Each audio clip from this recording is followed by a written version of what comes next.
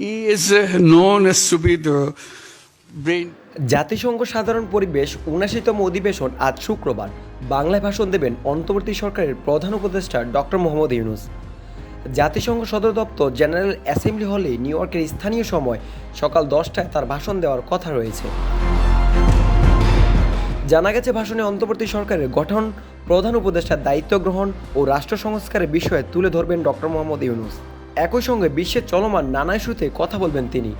এছাড়াও বিশ্বযুদ্ধের ফলে ক্ষয়ক্ষতি, ফিলিস্তিনি গণহত্যা ও রাশিয়া ইউক্রেনের যুদ্ধ অনতিবিলম্বে বন্ধ এবং রোহিঙ্গা সংকটের সমাধানে বিশ্ববাসীর সহযোগিতা ও সহায়তা চাইবেন তিনি। প্রধান উপদেষ্টা তার বক্তব্যে বিগত 2 মাসে বাংলাদেশে ঘটে যাওয়া অভাবনীয় গণ অভ্যুত্থানের বিবরণ ও আগামী দিনে জনবিভক্তি, কল্যাণমুখী ও জনস্বার্থে নিবেদিত একটি রাষ্ট্র ব্যবস্থা গড়ে তোলার দৃঢ়প্রত্যয় বিশ্ব দরবারে তুলে ধরবেন। অধিবেশনে এবার বিতর্কের মূল প্রতিপাদ্য ঠিক রয়েছে। কাউকে পিছিয়ে রাখা নয়, বর্তমান ও ভবিষ্যতের প্রজন্মের জন্য শান্তি, টেকসই উন্নয়ন ও মানব মর্যাদার অগ্রগতিতে একসঙ্গে কাজ করবে ডক্টর মোহাম্মদ ইউনূস।